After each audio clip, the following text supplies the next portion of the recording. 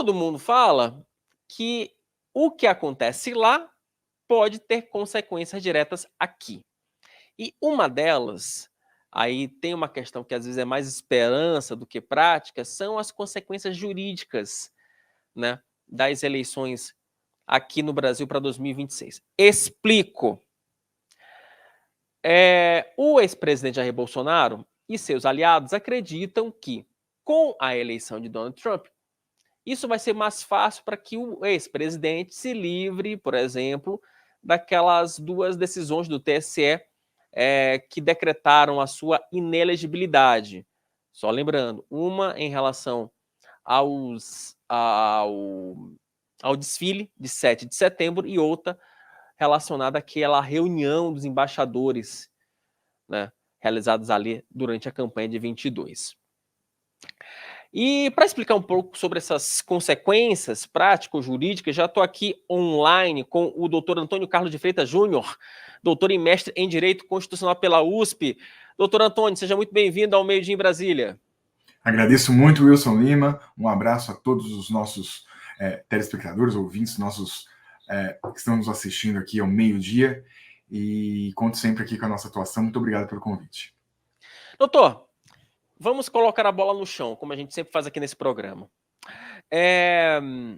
Quando a gente fala de uma possível influência norte-americana nas decisões da Suprema Corte, essa esperança do Bolsonaro e de seus aliados, a gente pode falar que é mais torcida ou que de fato pode ocorrer alguma influência? Isso pode, a eleição de Trump de fato pode ter algum impacto nessas decisões que já foram tomadas aqui no Brasil?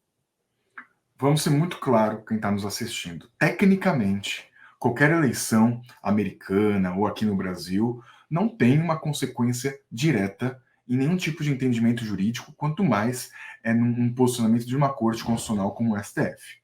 Porém, a gente precisa ser realista no sentido de olhar para a realidade, olhar para o passado, como se organiza e perceber que sim, o mundo político, o mundo dos fatos influencia sim o comportamento das cortes no Brasil inteiro. Eu vou só colocar 2 fundamentos para esclarecer a todos que estão nos assistindo. Quando se teve um aumento do ativismo judicial, que a gente fala desse avanço do Supremo Tribunal Federal na pauta de costumes, lá para o início do ano 2000, vamos assim, para 2010, você teve ao mesmo tempo um processo de enfraquecimento do parlamento. Então não é que o STF por si só vai lá e toma o espaço. Por mais que você tenha regras jurídicas, as regras jurídicas elas dão algumas limitações, mas o que acontece entre os poderes, legislativo, executivo e judiciário, é uma questão de poder.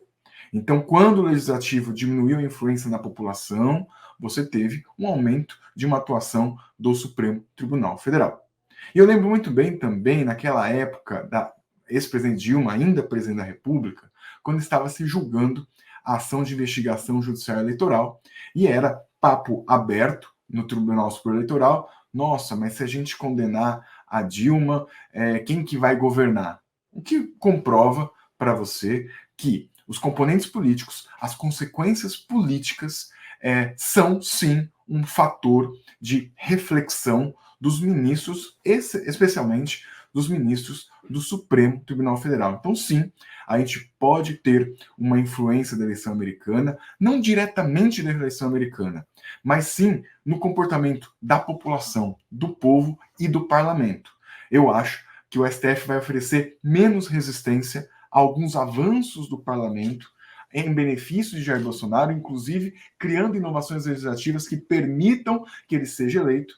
E o STF talvez tenha uma autocontenção para permitir que esse atrito, assim, essa atuação entre Bolsonaro e Lula se ocorra na arena política da eleição, do que num tribunal.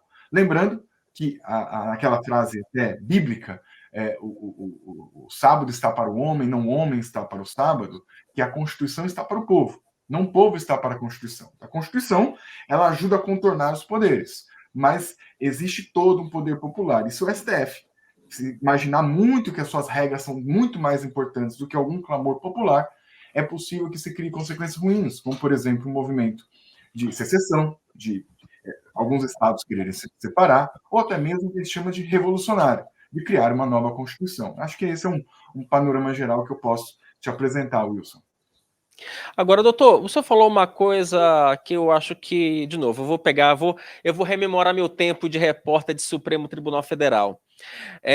Eu conversava muito com os ministros ali nos corredores, eles me falavam sempre que o juiz ele precisa ter uma postura mais distante da sociedade no que se refere à decisão. O juiz ele precisa ter essa postura de se colocar num muro entre ele e a sociedade para que ele tenha, de fato, uma decisão mais universal, né? Sem ser levado aos sabores da sociedade. Mas pelo que você está me falando, e de fato faz algum sentido, porque durante o julgamento da Lava Jato, o Supremo ele foi pró-Lava Jato. Né? Com as mudanças de ares, o Supremo agora começou a trabalhar de forma mais intensa contra a Lava Jato.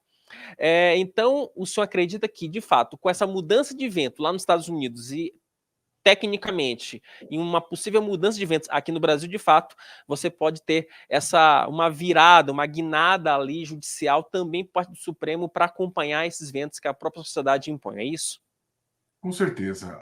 O judiciário ele precisa ser imparcial, faz parte das qualidades, do atributo do Poder Judiciário, ser imparcial, por isso que a justiça, né, tanto lá no Palácio, ela está vendada. Você vai ver, tem a espada, tem a balança, mas ela está vendada para não ver as pessoas que estão. Como a gente disse, o processo não tem capa. Mas, quando você está no plano da Corte Constitucional, que é uma função diferente, poderia ser atribuído a uma Corte Constitucional, exclusivamente Corte Constitucional, como alguns países têm, com um processo de escolha diferente, podia estar fora do Poder Judiciário. Quando você está falando sobre interpretação constitucional, há um peso diferente. E até no Poder Judiciário, hoje você tem na própria LINDB, na Lei de Introdução ao Direito Brasileiro, que as consequências da ação do ato judicial, da decisão judicial, precisam ser refletidas e ponderadas no momento da decisão. Então, essa ordem judicial, unicamente por uma suposta técnica, o próprio direito afasta. Mas, mesmo assim, no ponto de vista da Corte Constitucional, é preciso compreender que as decisões precisam fazer sentido com o contexto social e político. Qualquer coisa, claro, não é o vento, não é a mídia, não é pesquisa de opinião que vai determinar decisão do Supremo Tribunal Federal. Mas o Supremo Tribunal Federal não pode decidir de maneira muito contrária, vamos assim, cortando a possibilidade da população escolher o seu candidato, querendo tanto o seu candidato, e sem uma interpretação muito óbvia do ponto de vista constitucional. É preciso que haja um tipo de visualização, e eles veem isso, eles veem os ventos da sociedade, até porque a gente está falando de poder.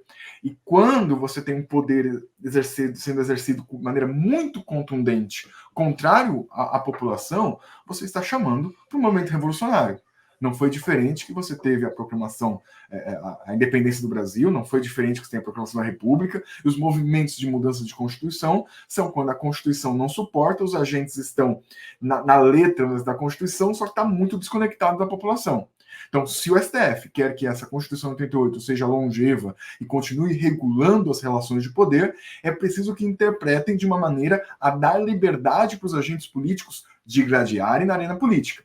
Quando impedir a arena política eleitoral e trazer para dentro da corte, ela traz para dentro da própria corte os componentes políticos. E aí tem que aguentar as consequências, que é está exposto para a população começar a fulanizar o Supremo Tribunal Federal, aí começar a colocar a população querer discutir a constitucionalidade. É isso. Só que nesse jogo, a possibilidade de movimento de mais tensionamento social e de mais tensionamento de poderes é muito perigoso para a própria democracia brasileira.